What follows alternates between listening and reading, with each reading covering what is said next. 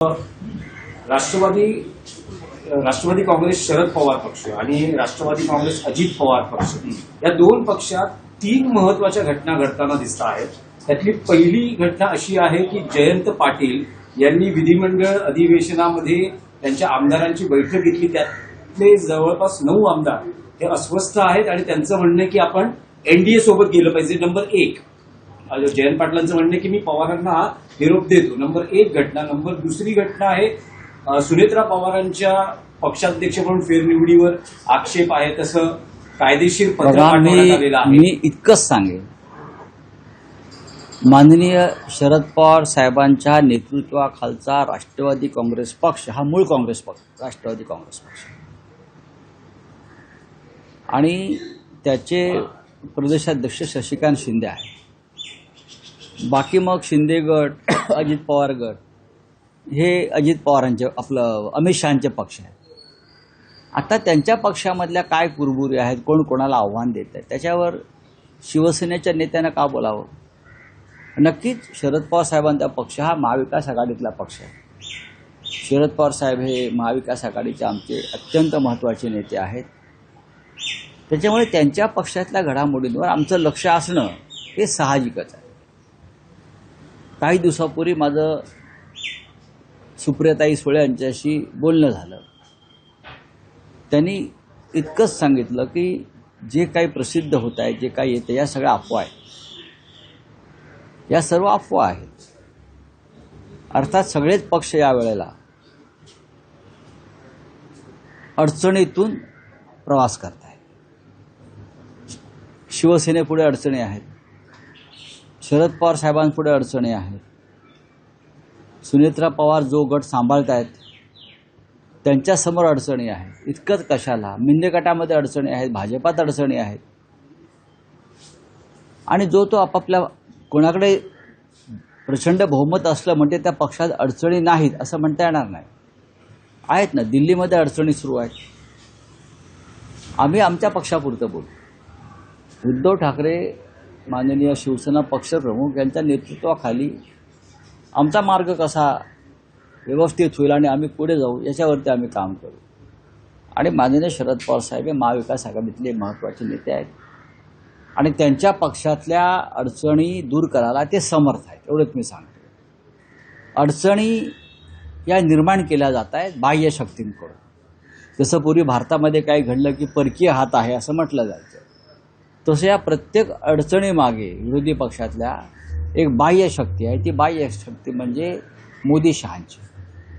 त्यांना कोणीही या देशातल्या प्रादेशिक पक्षामध्ये स्थैर्य यावं, नीट काम व्हावं, विरोधी पक्षाची भूमिका नीट बजावावी असं त्यांना वाटत नाही. याच विषयातला आणखी एक प्रश्न असा आहे की मध्यंतरीच्या काळात जयंत पाटील आणि विनोद तावडे यांची एका हॉटेलमध्ये बैठक झाली होती किंवा भेट झाली होती.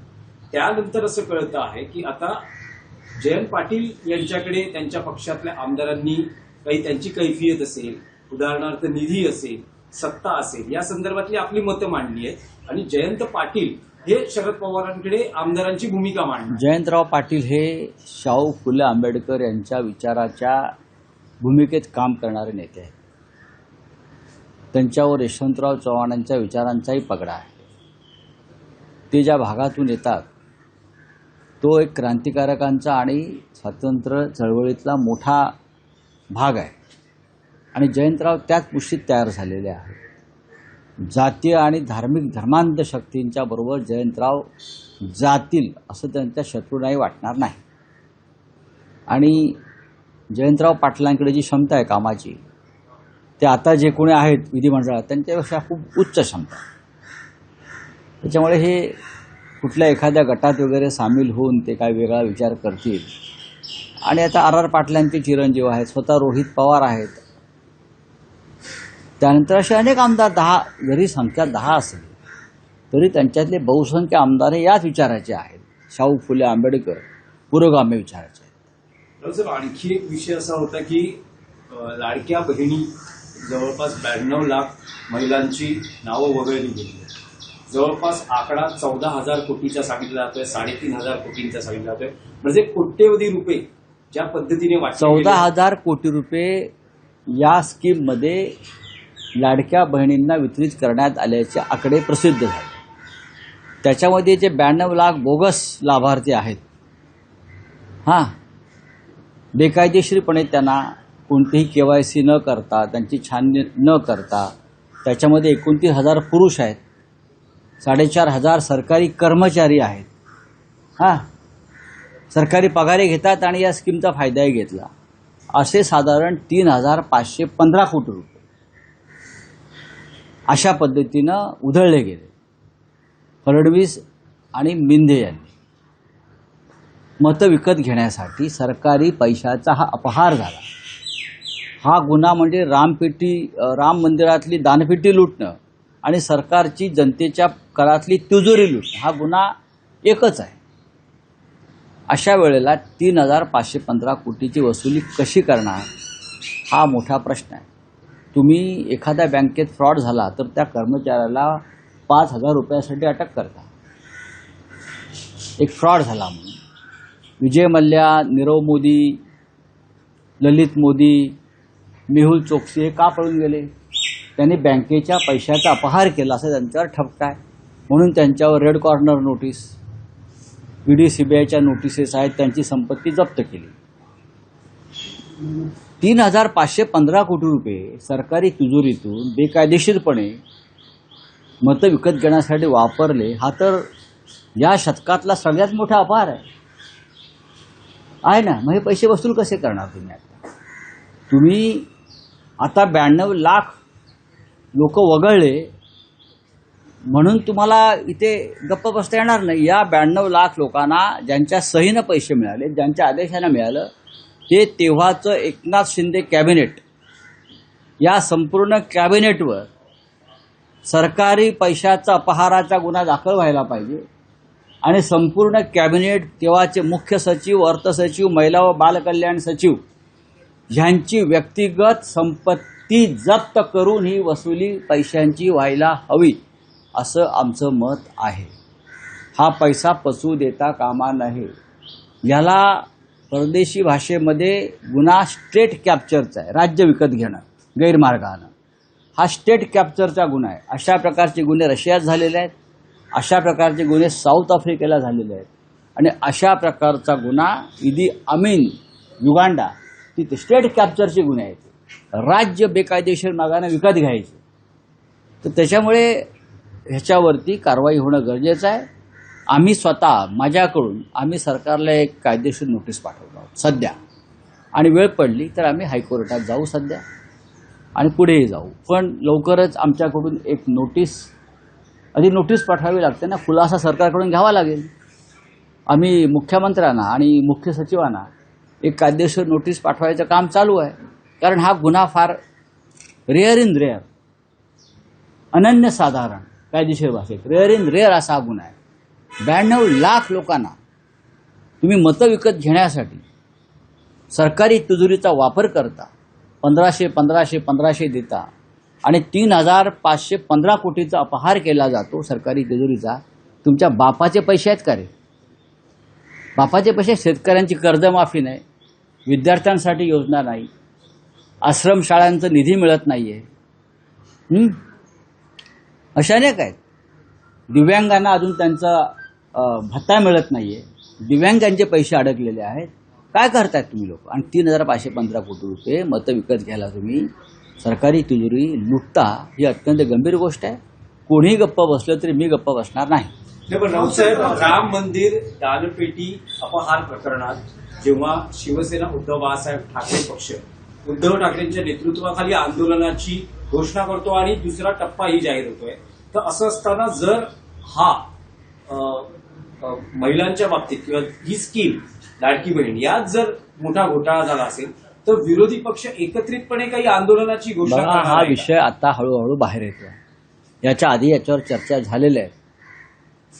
मला आश्चर्य वाटतं मीडियाचं आणि वृत्तपत्रांचं. इंडियन एक्सप्रेसनी ही बातमी छापली आहे, पण त्याच्या मराठी भावंडानं छापली नाही. असं हे दबाव मीडियावरती येतात, या प्रकारच्या बातम्या छापल्या जाऊ नयेत. काय चाललंय या देशामध्ये? जे म्हणतो ना स्टेट कॅप्चर, हा स्टेट कॅप्चरचा प्रकार आहे. तुम्ही स्टेट कॅप्चर या शब्दाचा, वाक्याचा माझा अभ्यास करू शकता.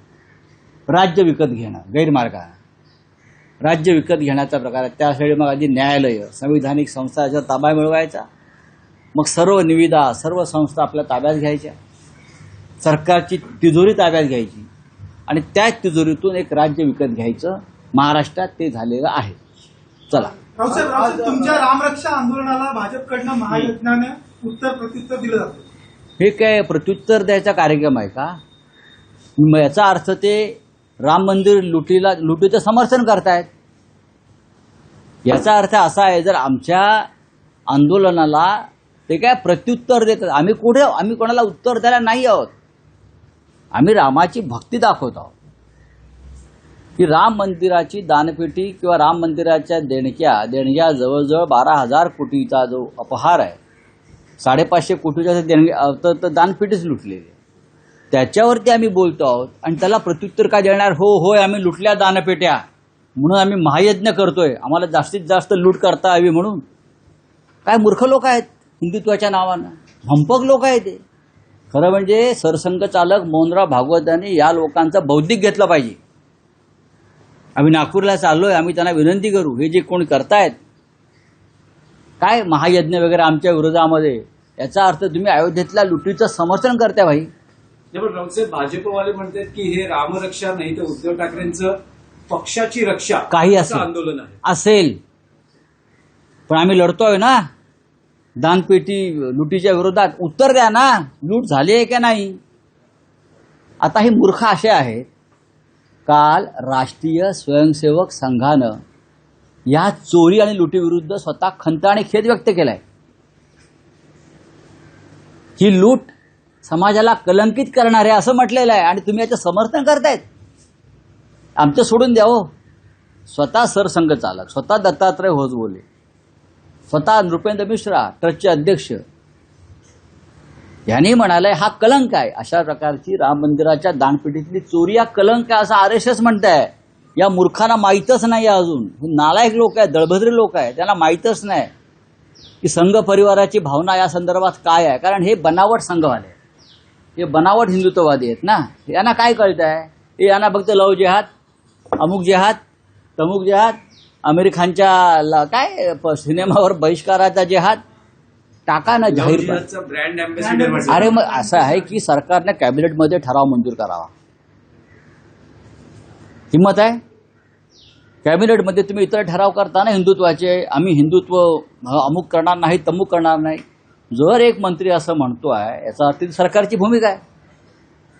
मग कॅबिनेटमध्ये त्यांनी हा ठराव आणावा आणि तो मंजूर करावा आणि राज्यावर त्याची अंमलबजावणी व्हावी की आमिर खानचे सिनेमे पाहू नये. चला हिंदी में काय संपला.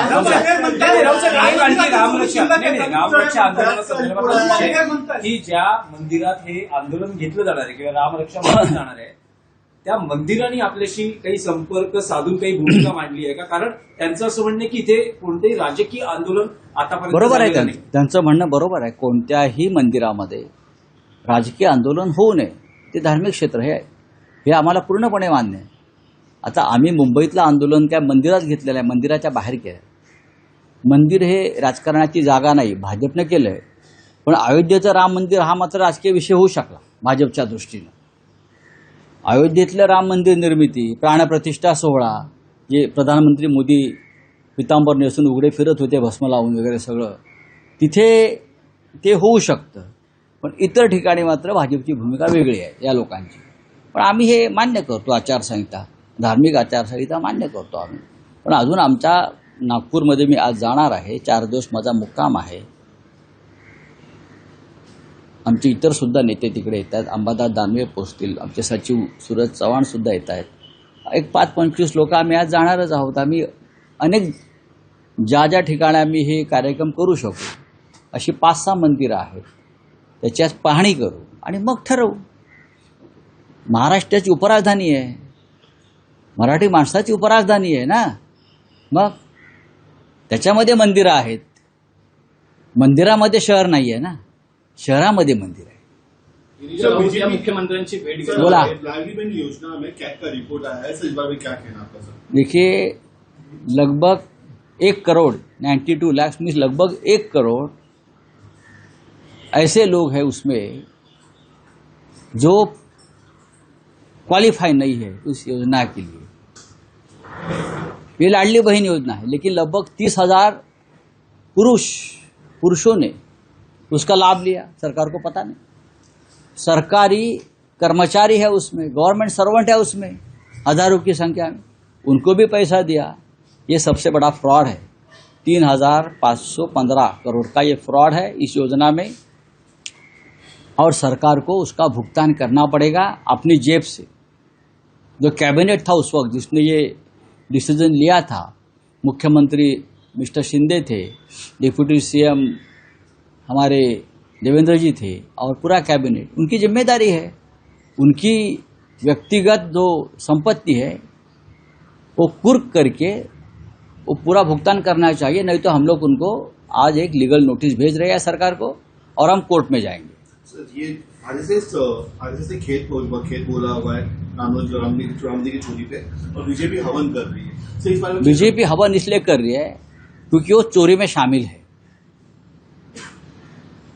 वो चोरी में शामिल है राम मंदिर के। उनका जो परिवार है पूरा राम मंदिर में बैठा है अयोध्या में, वो पूरे चोरों के सरदार है ये लोग। आरएसएस ने माफी मांगी है लगभग कि ऐसा नहीं होना चाहिए था, ये कलंकित करने वाला विषय है। और एक दूसरे बाजू में ये क्या, बीजेपी वाले हमारा जो आंदोलन चल रहा है राम रक्षा आंदोलन, उसके विरोध करने के लिए महायज्ञ कर रहे हैं। उसका मतलब आप चोरी का समर्थन कर रहे हो।